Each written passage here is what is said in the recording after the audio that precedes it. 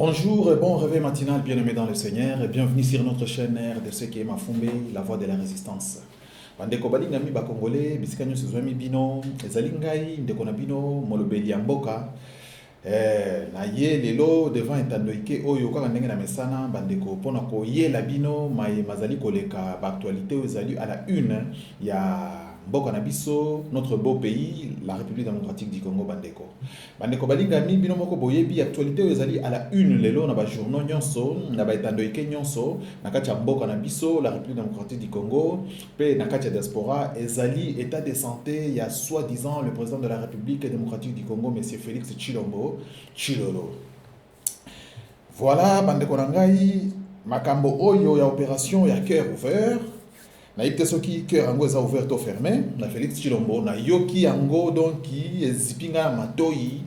Bon, en tout cas, ba Congolais quand ndenge ebisaka na lobelaka bandeko na nga ba Congolais ke au lieu tozalaka ko se concentrer na ba essentiel na makambo ezali essentiel pour na mboka na biso, mais mikolo nyonso komonaka ba Congolais tozalaka hors sujet en fait, tozalaka hors makambo ezali essentiel en fait. Donc oyo makambo oyo ya opération qui est ouvert na monité eloko nini ezali ya sika na se ya moyawa o Félix ce n'est pas la première personne oyo à se faire opérer cœur na monde oyo quoi que avant que je sache. Donc ezali na bato ebele o basalaka bango ba opération en cœur ouvert, mais na so comprendre te pona nini oyo ya Félix comme lokola elingi bangi ba komisa ngo lokola moi likambo moko extraordinaire bandeko na ngai. En tout cas, pour ngai na ko commenter nazana mingi ya koloba nazana mingi ya koloba te pona makambo ya ke ya nini opération ya Félix pour na ebike ya Félix c'est un grand aventurier na ebike donc c'est un menteur né le kutan de leki na batunaye en tout cas quand ndenge na bino na obike bango pona ko nini bango pona ko sala ba histoire hein donc pona ko nini ko composer ba histoire moko donc à dormir debout bango baza fort donc baza ba grand comédien en fait quand ndenge na bisaka bino ke union sacrée oyo ezali composé penza na ba comédien tout fait zoka donc bango baza capable ya kokende ata na ke na Belgique wana ke na hôpital moko boye baki ko tia ba tio na zolo ni tout bona boye pona zali na photo awa na kolakisa bino yango na kotia bino yango po landa bota la photo.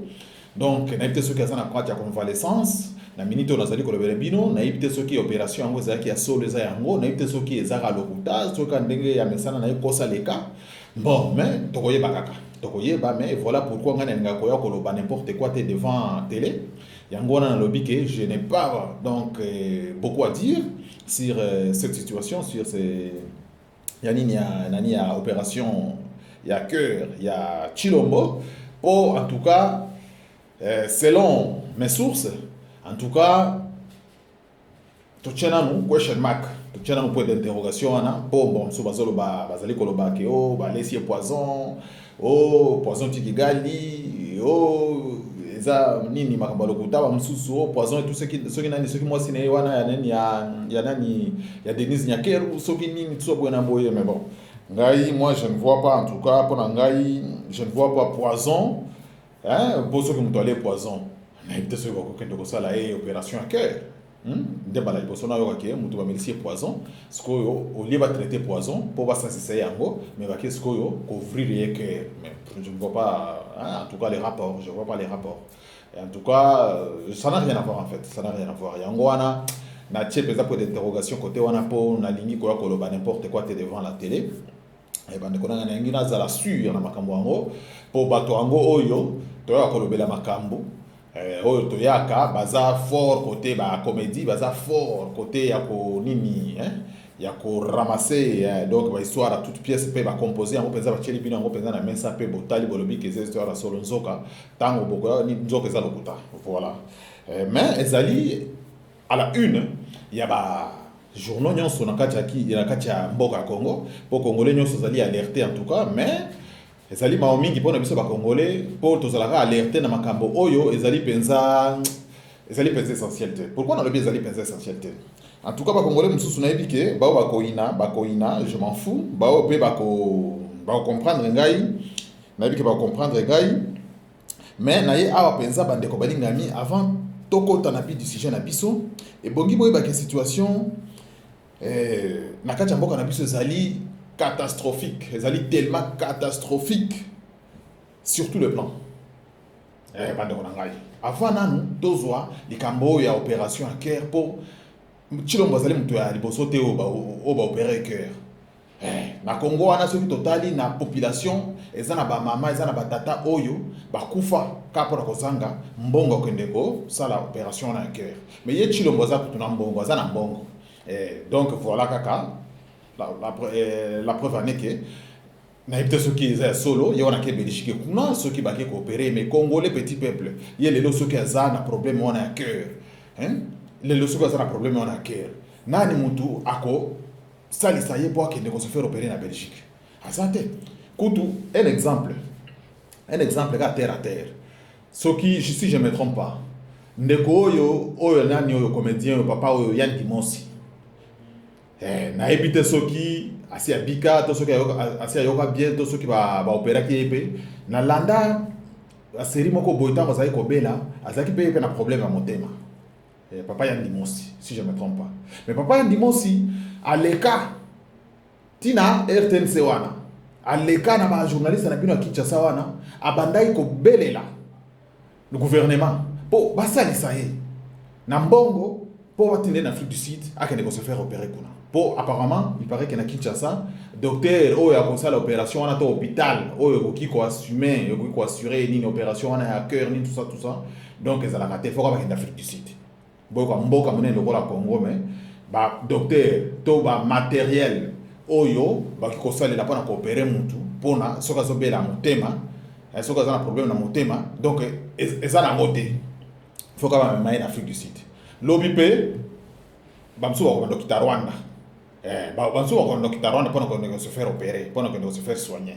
Donc, na ebi très bien que Chilombo zaka Sony, pour ceux qui kitaka Kigali pour qu'on se faire soigner, ceux qui a solo azali ko bela nini basala ki opération à Rwanda, ceux qui kitaka Kigali, a ebi ke ba Congolais balingaki ba belela, ba Congolais balingaki ba nini ba matsabi ngongo. Yango wana kaka lobai ke na kedeka Belgique. Mais ye pona ye na ebi ke mentor na ye Kagame na ebiseke lobi ke yaka epai na ngai kotoyo nazana ba spécialiste ba pasolo motema wana kanisa muso abanga ki alobi soki na kiti epai kuna na kola mukate donc na ko se retrouver kana cimetière voilà pourquoi kimaki na kena Belgique musoka mais bokoka prochainement bandeko mususu na kati ya mboka na biso wana bando abeli boye il faut pas que nous traiter na Kigali abeli il faut pas que nous traiter na Kigali makambo ya soni bandeko na ngai voilà pourquoi nazongeli likambo ya ndeko na ngai ya Dimosi asengaka abeli la penza alobi que non je n'ai pas le moyen si le gouvernement peut m'aider pour bâtir na ngai na Afrique du Sud pour aller me faire opérer là-bas parce que j'ai un problème au niveau du cœur. Nakanisi ti lelo azona na solution te azwaka ata mutu moko ya gouvernement te akoyede na ibike mbela wana komelaka ye Félix mais talaka ka lelo mais mutu moko asoki pakite na makambo ya Dimosi pona nini aza petit peuple mais talaka ka escroc munene oyo aventurier munene oyo très très national oyo teki mboka oyo azwi mboka teki penza na maboko penza ya ba Rwandais ya Kagame atikeli penza mboka ye musala na ba voyage koyibaka okende ko bomba mbongo na Dubai ozoyiba mbongo na ndako na yo ozoyiba mbongo na ndako na yo ozokende ko bomba na ndako voisin to benga mutu amayele ozata moko franchement na ebité ozoyiba mbongo na ndako na yo ozokende ko bomba na ndako voisin est-ce que ozamayele yo ozamayele te pe na yo ki lisusu ke soki basilisi nini kosa opération na soki eleki malamu basilisi kosala opération du cœur wana esili convalescence na ye pendant 1 mois akokende kosala yango na Dubai akokende lokisa yango na Dubai nzambe nanga ye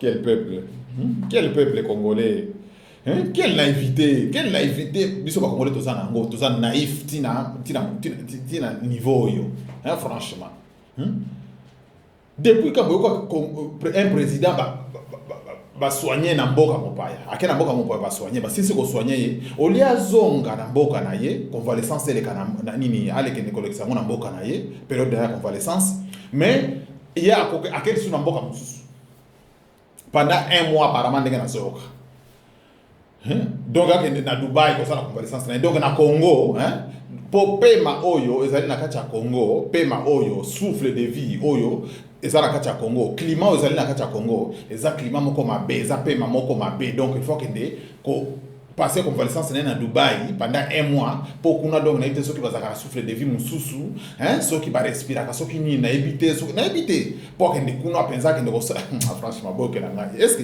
mutu ya boye tango tolobaka ke mutu ya boye ne mérite pas d'être président de ces pays là bande ko na ngai est-ce que mutu ya boye penza mérite ko la présidence solo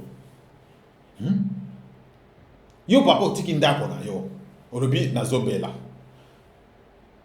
obimi okei na mboka mopo abaki ko pasali opération wana eleki bien opération wana eleki bien olio zonga sikola ndako na yo sika mwasi na bana sika bazozela yo po bazala pembeni na yo na période ya convalescence yo lobite il faut na kende na mboka mususu kuna ndena kende lekisa convalescence na ngai otiki famille mais franchement est-ce que vous comprenez un peu est-ce que vous allez peut-être comprendre biloko franchement est-ce que vous allez comprendre l'histoire oyo sordide ya ndeko na bino Chilombo na période wana kwenda lekisa nini na convalescence na nini na Dubai kuna panda yemwa kotoyo atiki mboka na maboko banani atikeli mboka Kagame donc Kagame aboma asasa apiller ye na Museveni donc basala onyo so bakosala ye azana na Dubai kuna soi-disant na kati ya convalescence pendant 1 mois mutu ya boye toloba te mutu ya boye bo vous pas biso matoi ke au président de la République bande ko ngai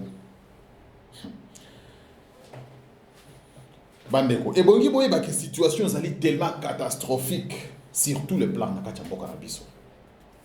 La situation est fantomatique et surréaliste dans la République démocratique du Congo na ngonga oyo bandeko na ngai.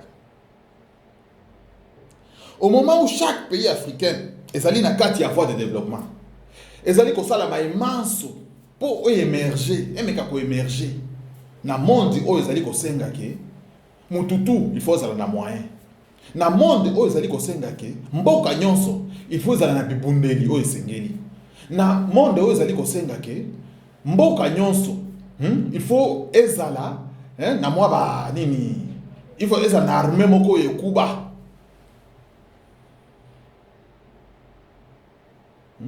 na mboka nyonso ezali ko bunda pour na développement nango sur tout le plan. Au moment où ba voisin na biso bazali ko remuer ciel et terre pour na développement ba mboka na bango biso wa peuple congolais ezelo ko zali ko préoccuper peuple congolais na minute oyo ezali makambo ya santé ya aventurier comme Chilombo na aventurier comme Chilombo au lieu que nous ta ko s'occuper na ndenge ni ko lukela bana na olipa balia yo zali ko s'occuper na mutu oyo il ne se préoccupe même pas de vos histoires, de vos problèmes. Il ne se préoccupe même pas de vos pauvretés, de la pauvreté que vous êtes en train de subir, que vous êtes en train de traverser. Il ne s'occupe même pas de votre situation. Donc il ne veut même pas savoir. Il ne veut même pas savoir donc ce que vous êtes en train d'endurer. Il ne veut même pas savoir. Donc ce n'est pas ses oignons, ce n'est pas son problème en fait.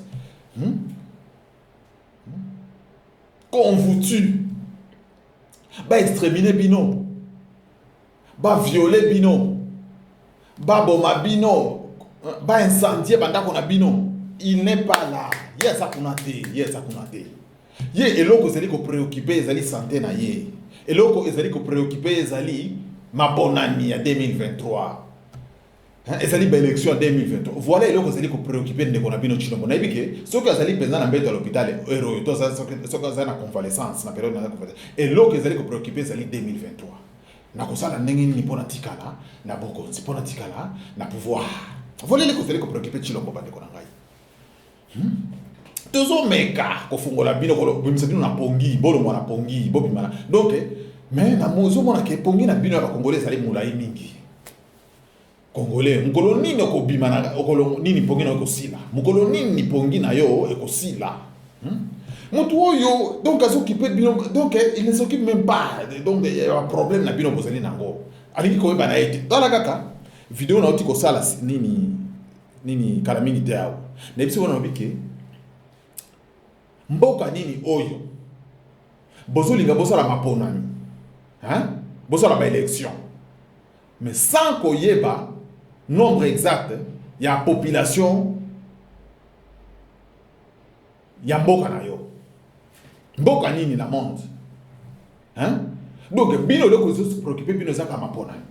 Pe mapona miango ezaka koyiba ka to yebi très bien que vous allez voler en fait. Pour mapona mi malonga nano seulement na kacha mboka wana te Congo wana depuis indépendance. Nano seulement te. Komande poka Mobutu tilero. Ezala kaka vol na vol. Ozoka. Recensement ya suka.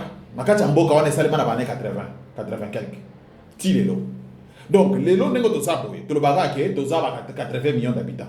Mais on ne sait pas si c'est vrai ou si c'est faux. Parce que c'est les autorités. Il y a Mboka. Des bâtiments qui concernent ce recensement. Oh, il y a des alliés fiables. Oh, ils alliés fiables. Mais pas moi, ils se projeter dans ma ponami sans qu'il y ait un nombre exact de la population. Franchement.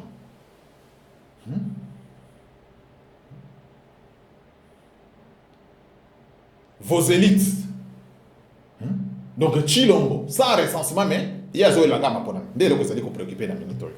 Mais na kamwe trop, et l'autre côté, et ça liga passi, et ça li, bah point de vue à ma Congolais, mususu.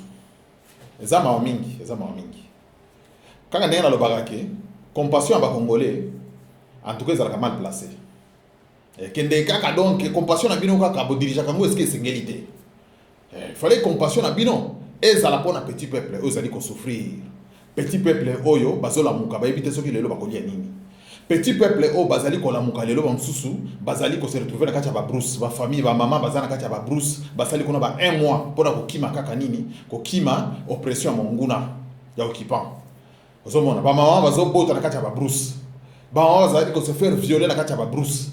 Hein? Bato bazali ko se faire tuer na kacha. Donc voilà compassion na bino et à congolais que nini bonge zala. Mais au comment on a pas congolais besoin moni pe mutata mo bi ba penza telemi azo so lobi ke o ngai na za penza na mawala Tshisekedi en tout cas na za ma penza na ngai Félix c'était là kaka et aza nini il est père de famille o aza pena famille mais franchement et alors yo kanisi ke ata so lobi bongo ndeye Tshisekedi yo kanisi ke il a été que ça père de famille c'est bien très bien. Donc il est le seul père de famille na Kachamboko na Congo. Ba père de famille au bazali ko se faire tuer. Hein? Ba maman de famille au bazali ko se faire violer. Au bazali ko lala na Kachaba Bruce. Bo bazali ko ndeko accoucher na Kachaba Bruce. Donc bango bazaba tuté. Kaka Chilombo. Kaka Chilombo o banoma ki se konomi. Nani mtu apona ki Chilombo na Kachamboka wana. Qui a voté pour Chilombo na Kachamboka wana? Est-ce que Chilombo a été élu? Chilombo n'a pas été élu. Chilombo a été nommé bande konangai. Chilombo a été nommé illégitimement.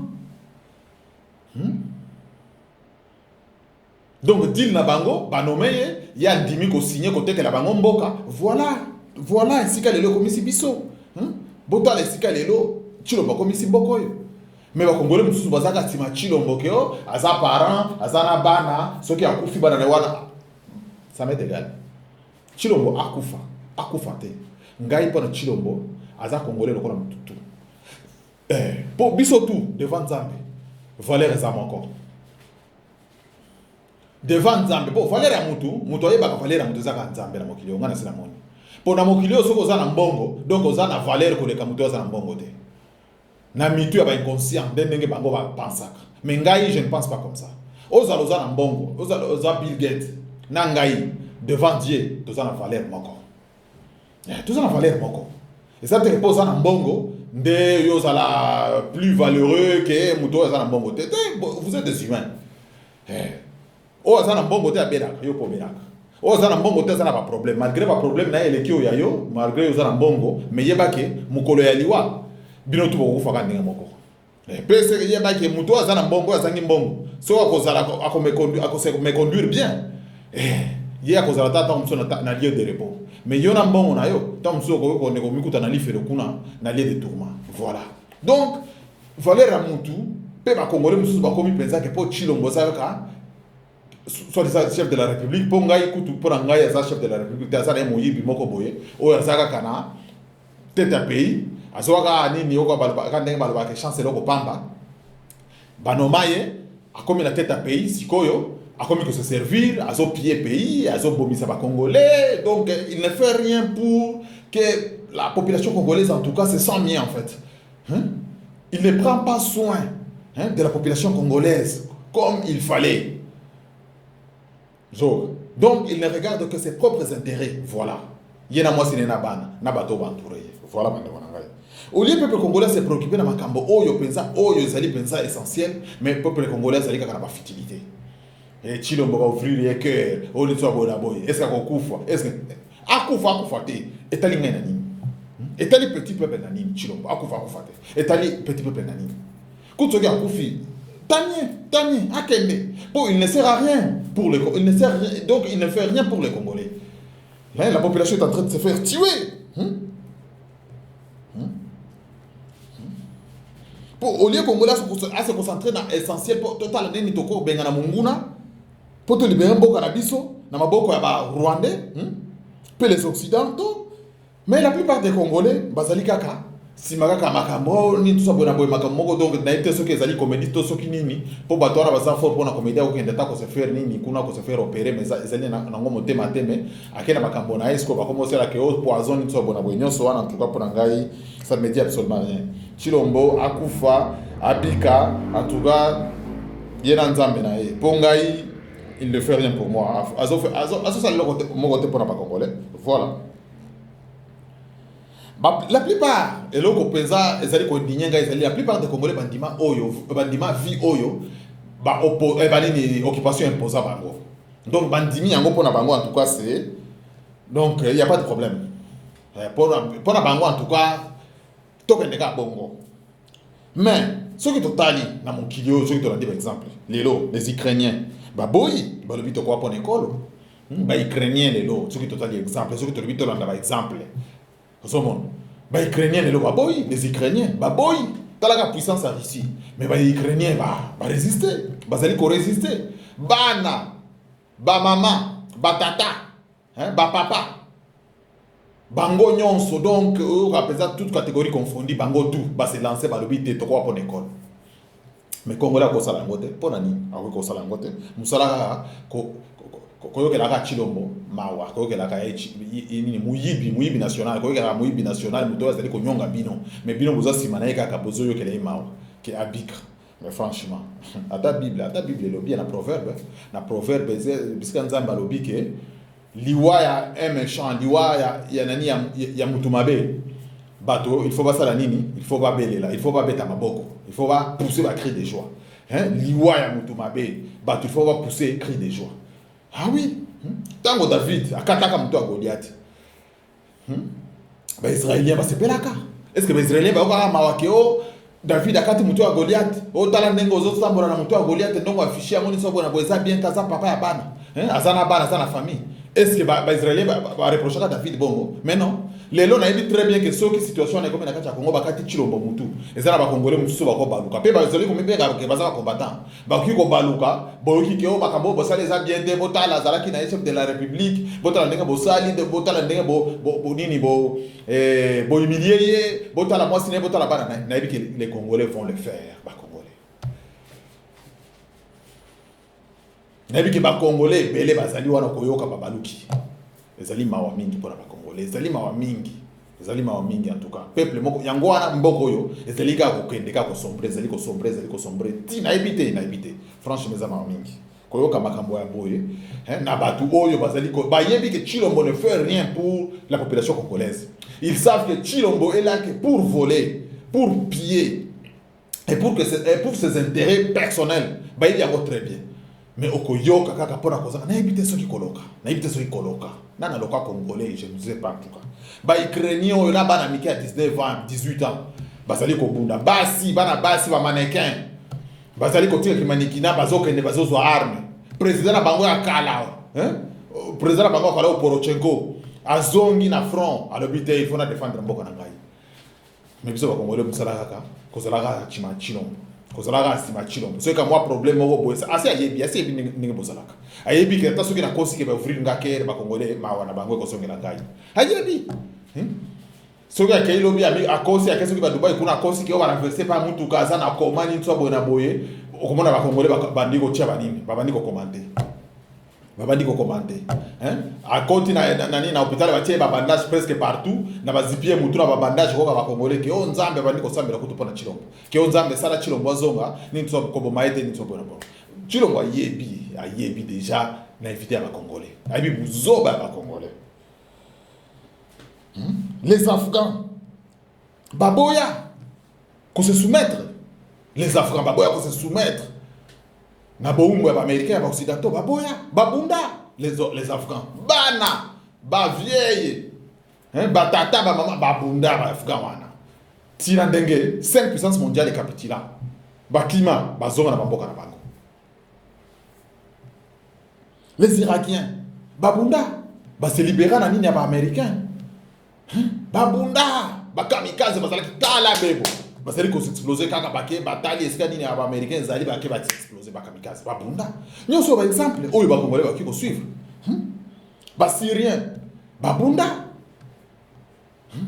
ba jeune fille ozomona peza ke ba koti peza front ba lebite to kwa pone kolona biso ceux qui to lingi to kota na Afrique na continent africain les Togolais et les Burkinabés ba bengana ba dictateur na bango ba bando salela bango eloko moko te babengana bango penza babengana bango pe ba ki bango tango babengana bango ba bango bokende na Congo na RDC ba congolais bango ba te bandimaka mututu mupaya nyoso ya konza bango bokende kuna to bengana bino bokende kuna yoka soni un Togolais a comme sekana congolais un Burkinabé a comme sekana congolais donc parce que ba moni biso penza donc ba yuma moko na monate ba yuma moko penza ba uta mokile banda na monate ezali ma mingi biso ba congolais ce congolais assez alati a telemi a mimoni a lobike nga okomona pesa bo lobike mobali ye a telemi mais yoka sko ba absurdité zali ko bimana kati monoko naye yoka ba ineptie les inepties zali se faire sortir ba salade na ba salade mutu mobibo okomi tu no lobike est-ce que mutu na ezo sala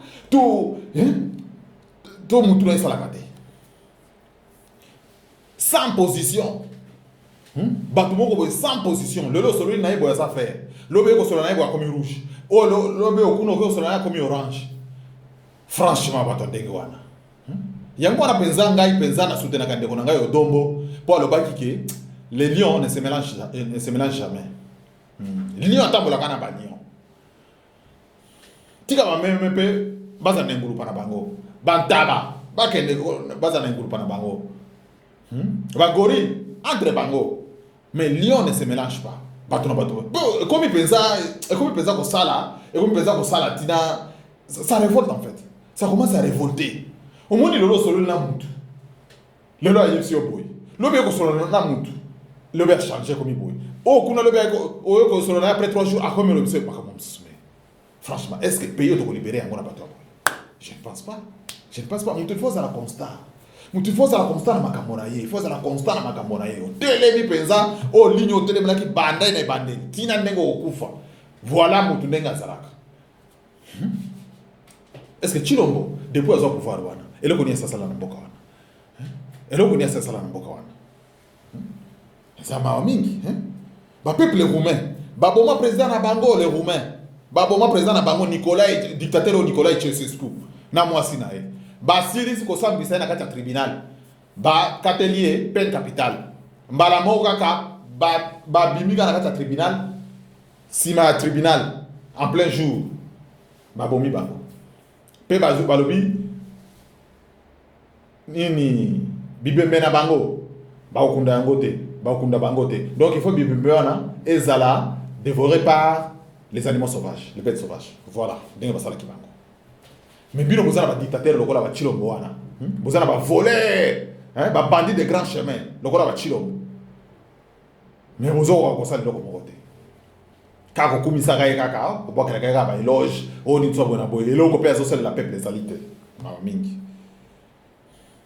bandeko eloko ba congolais faut se préoccuper na ngo ezali situation ezali ko traverser mboka na biso Ndé loko penza il faut préoccuper biso eza makambo ya santé ya Chilombo te botika ye botika Chilombo soki akobika abika soki pe akokufa akei po bakongole bazali kokufa monde ezaka kokontinue kozala monde ye pe soki akufi monde continue kozala monde voilà Mobutu akufa kati si monde continue kaka Kabila akufa monde continue kaka tina lelo soki pe Chilombo akei le Congolais le monde continuera à subsister toujours bozomona au lieu tout ça là tout le total ndeni toko libérer mboka na biso na maboka banguna mais non tout le ba allié o ba ki ko salisa biso pour total ndeni toko kinde ko bundisa monguna pour to bengane na kati mboka na biso to sa libération mboka na biso rien to ça kana na simaka ba futilité ça ma mingi pour na biso ba congolais ça ma mingi en tout cas ça ma mingi quel bilan il y a opération conjointe à faire des Sénat na banani na ba Ougandais na ba Rwandais pe na ba Kenya quel bilan les loto ki koloba ke o bilan ezali zéro d'abord bilan opération conjointe au Chilombo ela ka biso lelo zéro eza zéro ba de onangai indignation nanga ezali oyo le 1er février 2022 60 Congolais bazalaki massacrés dans la province ya Ituri. Le 1er février 2022, oyo tikoleka. 60 Congolais bazalaki massacrés dans la ville ya Ituri. Bandeko, bola nanga malamu. Le 2 février 2022, 26 Congolais bazalaki électrocutés na Wenzea, Matadi Kibala, na ville ya Kinshasa wana. Singa ya courant ya haute tension, ya ligne à haute tension. Et koyaka. Tellement que mbula pe nokaka, nous tous abona bo talaka soki singa haute tension na soki koyi. Simbi donc ça contacte na mai. Bino moko bo ibike. Ça la rende penzo ke cocktail molotov moko ani se quitter. 26 pe la plupart ba mama. Ba bateka kana Wenzia Matadi Kibala wana. Na ba jeune fille. 26 bakenda. Le 5 février, quand on a posé mon coin, quand on a semaine wana, plus de 20 Congolais, bayoka que groupe, ya ba tuero ya ba sanguinaire ya Kodeko, o ya nani ya armée ya Kagame, ba soldat Kagame, pour bango ba se divisa na ba groupe iski le belé. Ezaleka M23 wana nde se disloka na ba groupe iski le belé ba Kodeko, ba Ngumino, ba Twirwaneho, ba Rani, ba Katakatanga. Donc se disloka na ba tu ba groupe iski le belé ba mususu bazu ba côté kuna nani ya Kasai, bamsusu baza côté ya Équateur, bamsusu baza côté ya Kalemi, bamsusu baza na Goma wana, bamsusu baza na Ituri, bamsusu baza na Kisangani. Donc c'est dispersion ndenge wana. Mais kaka ba ezaka M23 armée ya Paul Kagame de ba se disloka wana pona ko banda wo seme ba terrain na Kachamboka. Donc le 5 février 20 Congolais ba pêcheurs ba yoka ke groupe ya ba tueur ya Kodeko baza ko attaquer ville na bango. Pona ko bana liwa ce qui est normal, bakimi po bazwa boato bakimata nzela ya mai bandeko na ngai kaka ndenge balobaka ke na Swahili ke ngombe ya maskini ezalaki bakoti na boato wana bakomi na katikati ya mai soki nini lekaki boato zindi 20 pêcheurs nyonso wana bakei na lac Albert bozomona bakei.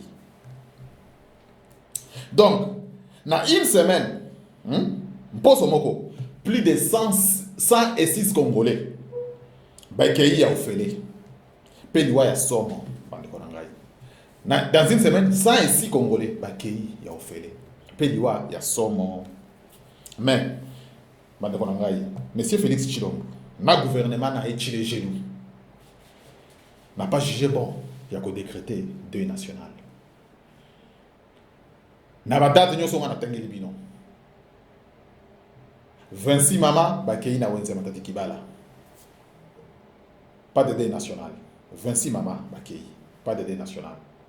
Pas même un mot. Attends, RTNC na bino wana. Pour nata ko compatir na ba famille. 60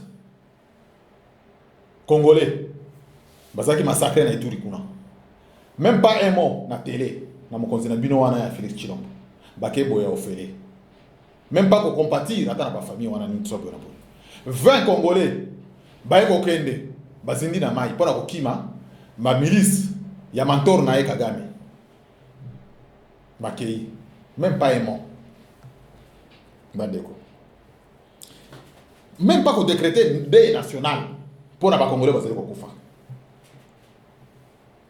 Deuil national yango ba décréter kango ezali mesure ya unité nationale bandeko na ngai. Ya cohésion nationale. Ndi yango ba décréter ka deuil national. Donc, eliki kolobake tozali elongo na ba famille éplorée. Na ba famille ba bongisi les êtres chers. Voilà pourquoi on doit décréter le deuil national. Pour 20 personnes, c'est pas rien. 10 personnes, c'est pas rien. Il y a un bino on a pas de qu'il fallait ramutu. Nzambe mo ka ndey bi fallait ramutu. Ozomon. Yo soki mutu na yo kufi yo Tshilombo mutu moko na kanisa ko dépenser ba millions pour na kaka ko kunda mutu wana. Pour na ko salisa matanga. Mais boni 60 Congolais bakei. Silence radio de ta part. 26 Congolais bakei. Silence radio de ta part. 20 Congolais bakei. Silence radio de ta part. Bandeko na ngai. Siko mutu ya boye. To benga ye nani? Mutu ya boye. Boko tunika ko benga ye président. Mutu ya boye. Sina ngone msibino wa na lobike. Ngai soki Tshilombo akufi. Je pousserai les cris de joie. Je suis en tout cas côté là, ne te pose même pas je pousserai les cris de joie parce que Tshilombo c'est abomis millions na ba millions ba Congolais na ba deal na ye oyo akende ko signer kuna. Deal les Congolais continuent à mourir à cause de ce deal, à cause de ce deal qu'il est allé signer là-bas avec Kagame. Est-ce que quelqu'un comme ça là dengara que des présidents na ba ko betela na ba ko kele mawa. Attends na ko kele mawa. Drapeau en berne équité à la katikati pour na kolera bande kona bisoyo bakei depuis 2021 na début 2021 depuis 2020 tilelo drapeau comme à la katikati donc azali préoccupé na nini makamuso ndio zali ko préoccupé en fait mais via ba congolais zali ko préoccupé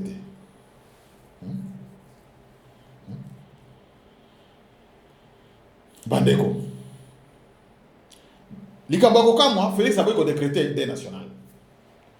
Naba liwa nyonso na tangeli bino naba mort nyonso na zali ko tangela bino, wana tangeli bino. Mais rappelez-vous. Tango président tanzanien akufaki. Nini lekaki. Tango dictateur tchadien Idriss Déby akufaki. Félix Tshilombo, il a obligé au peuple congolais de décréter. Donc il a décrété un deuil national. Vous vous rendez compte? Quand les Congolais meurent, il n'y a pas de deuil national. Mais quand les étrangers, les présidents étrangers meurent, là c'est là où Félix vient décréter, vient obliger aux Congolais qu'on est en deuil. Il faut qu'on pleure nos voisins. Mais franchement, dites-moi, Congolais, yo mwana na yo akufi na kati ndako na yo des années. Mais ceux qui voisins akufi obligé bana na yo to les voisins. Congolais. Quel rapport? Il y a un président tchadien, un président tanzanien et nous les Congolais. Quel rapport? Le code ailleurs mon Félix Tshilombo, Tanzanie ko décréter deuil national. Tchad ko décréter deuil national. Franchement. Donc on appelle pas Congolais mususu baza d'accord nango. Congolais ça peuple moko zo bana na monate. Bolimbisa na to kwa pona mot mais eza adjectif eza nini qualification na zali ko qualifier Congolais parce que na sina étudier Congolais moyen nyonso façon tout na sina tali na moi boanya na ngayo na zali na ngo na sina tali tinde ko na ngayo Congolais na tana bia.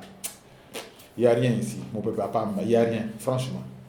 Mais que les Congolais, la minorité des Congolais, ils sont intelligents. Mais la majorité des Congolais, franchement, Maomingi. Non, mingi, non, mingi. Ça passe. Donc, ça veut dire quoi tout ça? Ça veut dire quoi? Donc, Alinga biso de Susuke, les 106 Congolais, oyo bakufi. Donc, baleki kaka donc bakena compte ya dommages collatéraux. Kaka ndenga ipsa kaka ndenga lobaka ke ba Congolais banda guerre oyo banda na nini o Kagame ame o agression Kagame azali ko agresser Congo bato nyonso bakufa ezalaka ba dommages collatéraux. Donc, 106 Congolais wana bake ya ofele. Bake ya ofele.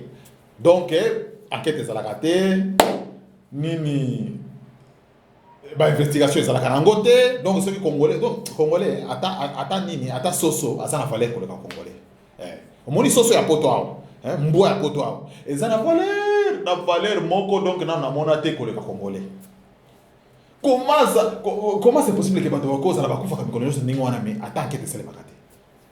Ata enquête esalemaka te mais awa soki mbo akufi okomona pe baye basali enquête baye bake mbo ya kufa kineni mbo zalaki maltraité zalaki maltraité te mais ba Congolais basali maltraité banda la nuit de temps.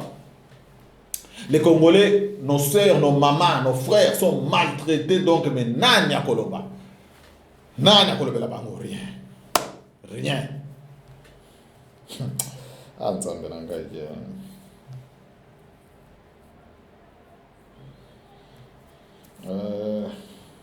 bandeko. Donc, sans si Congolais on a baké na compte nini, donc baké na compte ya nini, ya dommage collatéraux kaka nenga robaka,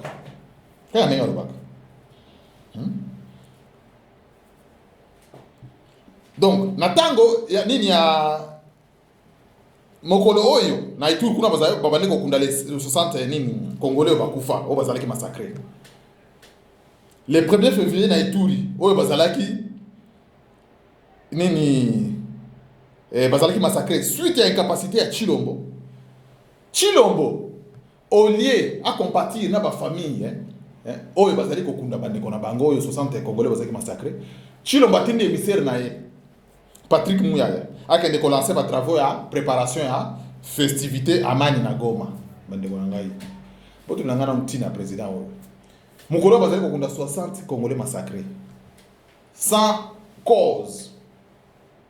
Chilombo ye azali préoccupé na kotinda émissaire na ye Patrick Muyaya oyo akende ko s'occuper na makambo ya kosala banini ba commenter nani ba sa podium donc pour avoir festivité oyo Robinho Mundibu akende ko beta kuna na festival oyo ya amani ya Goma wana. Mokolo bazali kokunda bandeko na biso na Ituri. OK, membre ya gouvernement ya Chilolo azalaki sur place. Mais chose grave, ezani. Le même jour bazali kokunda bandeko na Ituri, le même jour oyo envoyé ya Chilombo Patrick Muyaya azako kata malinga.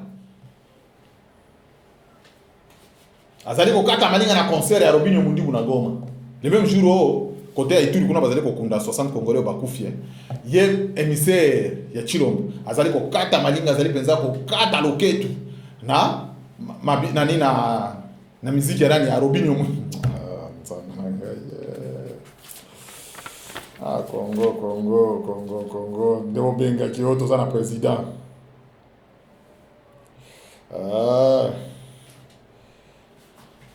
Bandeko. Quand un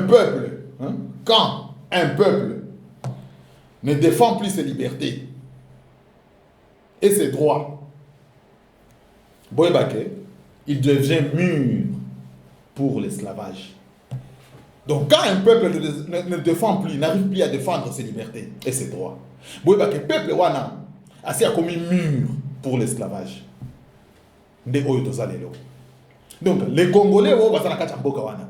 Donc ndenge ko défendre leurs droits, leurs libertés. Pour na bango comme normal, bato ba imposer biso vie à terreur, ba imposer biso vie à souffrance. Tondimi. Donc nous sommes prêts à leur servir. Nous sommes prêts à devenir leurs esclaves. Voilà bandeko na ngai. Voilà. Donc Congolais a dit qu'il est mûr pour l'esclavage. Yango baseli ko exploiter. Voilà pourquoi bazali ko exploiter bande konabiso. Pour bango moko balakisi que on est mieux pour l'esclavage. Na pesa bino ba stratégie ya ba cocktail molotov. Lelo stratégie ya ba cocktail molotov ezali ko sala ba dégâts na ba char ya Russie. Lelo na pesa bino ba stratégie combien de fois na ba vidéo na nga ba cocktail molotov. Na pesa bino. Ba lance-pierre, ba flèche. Lelo ezali ko sala ba dégâts, ezali ko boma, ko détruire ba char de combat ya Monsieur Poutine. Ba Ukrainien kuna bazali ko utiliser yango. Est-ce que bino bosali la kango? Bosali la ka stratégie on appelle ça binote. Bosali la kango te. Ba nini ba char de combat ba nini ya MONUSCO wana unamona ba tank ya MONUSCO itambola kana ngora ba camion na bango batambo saka yango ni nsobo na boy. To ba camion ya ka copier ba minere na bino oyo kitaka na Uganda. Bozali ka na butu na ba cocktail molotov na bino wana. Ezate ke kuto kende ko telema o kende ko nini ko telema pembeni na camion. Yo zana zamba, camion stationné pembeni ya balabala. Opelisika moto na mesho ezali na mulangi wana cocktail molotov wana sio préparé. O lancer ango ko elika na camion quand toucher ka camion c'est fini, camion wana peli moto. Minere na bino camion wana ko pela moto, kuna pompier za lakate. Nana ko yako nina ko yako boma moto wana na ba camion wana. So ko landa na kaka nena ba camion wana za lakate mi en chaîne. So ki 30 camion so ki 40 so ki 50. E ko landa na we ziki, e siliko zika, mususu pe ziki. Siliko zika mususu pe ziki, bato wana bakotala balobi nzoka bakongole bazuma yele. Boza rapena ba flèche ya misika ba lance-pierre oyo to banobo mwana ngo bandeke na Afrique. Boyebi ke za pe arme moko redoutable na butu. Lance-pierre. Nyoso wana to pesa na pesa bino ba stratégie mérien. Ta ba cocktail molotov makabo ezali ko sala na Russie kuna na Ukraine. Ba chara ba russe ezali ko zika ka pona cocktail molotov. Bino ba congolais rien. Bofandi kaka bozali kaka ko s'occuper na makambo moko ezanga tina. Ke oto pesa ka bino ba stratégie te. Ezali ma mingi.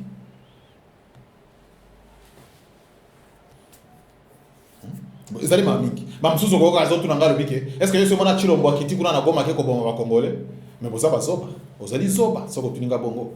Guerre ezali ko na Ukraine. Guerre ezali ko na Ukraine. Est-ce que bosi omoni Poutine akiti na front akende ko bunda? Mais pona nini bazali ko tanga Poutine? Parce que c'est lui le commandant en chef. C'est lui le président. Yende mutu ebongi, yende mutu apesa ki mitindo. C'est lui le commanditaire. Ba congolais tous naïf boneni. Ba question moko ezanga tina, okomona pe mutu atelemi président pe ezali ko tuna yo. Est-ce que yo somona kichilombo akita kuna na nini akende ko boma, akende ko faire souffrir ba nini? Souffrance on se bozali ko entrer na Kinshasa wana. C'est ça ka pona chilombo. Pour ausala msala na itendenge sengeli. Voilà pourquoi vous allez en tirer souffrance nzala, minyoko, ba kidnapping, ba nini, ba viol. Pour nani, pour gouvernement, ça les conseille ça n'endenge sécurité.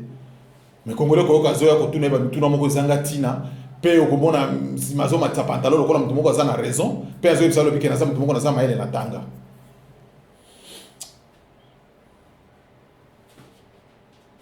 Bande ko ngai. Voilà pourquoi nazongeli likambo ya opération d'Iker ya Chilombo. Pour ngai, ba ouvrir le cœur. Ba ouvrir la tête.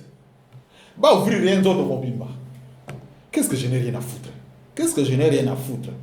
Parce que lui aussi, il n'a rien à foutre avec la population congolaise. Asi ala kisa bino mbala na balake, makambo na bino, babo mabino, basala nini, bokemba, bozanga tie ya tongo, bozanga sucre, bozanga kolia midi. Ça ne me regarde pas. Au moment où moi et ma famille, on est bien, voilà ce qui m'importe. Souffrance na bino donc zota la ngaite. Voilà pourquoi ngaipe na lobi ke Chilombo ba ouvrir ye tête ba ouvrir ye cœur ba arracher cœur, ba ouvrir ba kata iso kinini. Naza kuna te. Moi aussi la vie continue. Moi aussi la vie continue. Na lobi te genga na kufa mutu to kufa na kacha mondo. Mais na mondo ndenge na sina moneli zara donc système d'un pour dans un pour eux. Tant pourtant il pourrait. Pour ba innocent ba kufa kakuna ba kende ko bunda te ba kende na fronté ba luka bitumba te zomon. Mais kaka pona ko zanga. Ko zanga kaka ko se défendre. Voilà pourquoi monguna lelo azali ko profiter yebi ke Congolais se défendre kate. Yo soko kei okoboma ka lokola moi même. Voilà pourquoi ba azali ko nini. Pour ceux qui lelo Ukraine, ceux qui lelo Russe.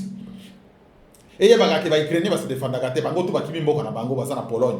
Mais les héros, ils créent non c'est ça maboko ya Poutine, mais les ana maboko ya Russie. Mais oui, pourquoi les guerre est durée? Parce que les Ukrainiens parce qu'ils se défendent. Voilà. Voilà les différences entre biso na ba congolais et ba ukrainien na ba congolais. Donc bango tout donc ba eu conscience ba lobi tel faut libérer mboka na biso.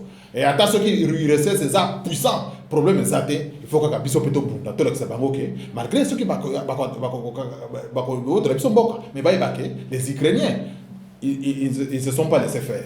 Mais biso ceux qui le Congo et qu'on dépensant en déguisement qu'on pensait à péter à bien congolais mon donc ce sont les faire c'est des esclaves donc il faut se soumettre donc les dominer soumis les congolais donc voilà ce qu'on est des dominés soumis mais pas moi parce que ngai na yebi que na ba résistant mususu au pensa bazali ko bundela mboko na kati ya bosolo baza soumis ils ne sont pas des dominés soumis tozali pensa ko bimisa pensa mutu na biso na kati ya mai malgré bazoli ngaba afoncer biso na se ya mai mais tozali ka ko bundana ka poto bizaka mutu na biso na likolo ya mai to pesa bino oyo l'actualité aux écoles de continuer à dénoncer les mal oyo occidentaux na Kagame bazali ko faire en dire biso voilà musala na biso bande ko ngai en tout cas na komi na suka o nazalaki nango yango na cheli binango na mesa bo partager vidéo oyo bande ko to la muka to la exemple ya ukrainien to la exemple ya togolais to la exemple ya afghan en tout cas baza batuka lokola biso maboko mibale intelligence moko nzamba kelaki biso nango to mitika te to continuer ko souffrir baboto la biso moko babomaka biso lokola ba meme lokola banini ke tozana ba dirigeant tozana ba dirigeant te na sina bisa bino ke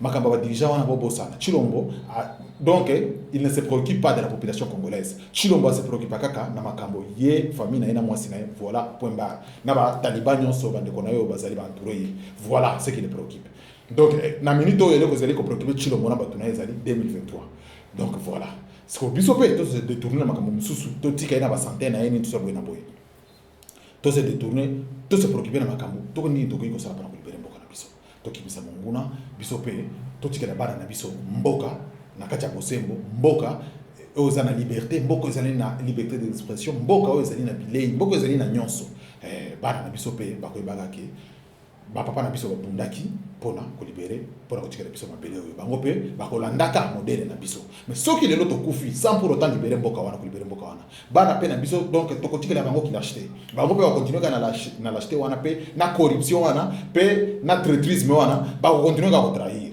voilà pourquoi il faut to sala maïmanso to libérer mboka wana mokolo biso to kokende to tikeli bana bakoyeba ke papa na biso babundaka pona mboka oyo donc il faut biso pe to bandako batela mboka na biso malamu voilà bande kona ngai en tout cas nzambe azala na bino merci mingi na baya balandi nyonso ya RDC ke mafumbe bo partager vidéo oyo en tout cas toze elongo nzambe akotanisa biso na mbala sima en tout cas ingeta la lutte continue que Dieu bénisse la République démocratique du Congo et tous les Congolais partout là où ils sont.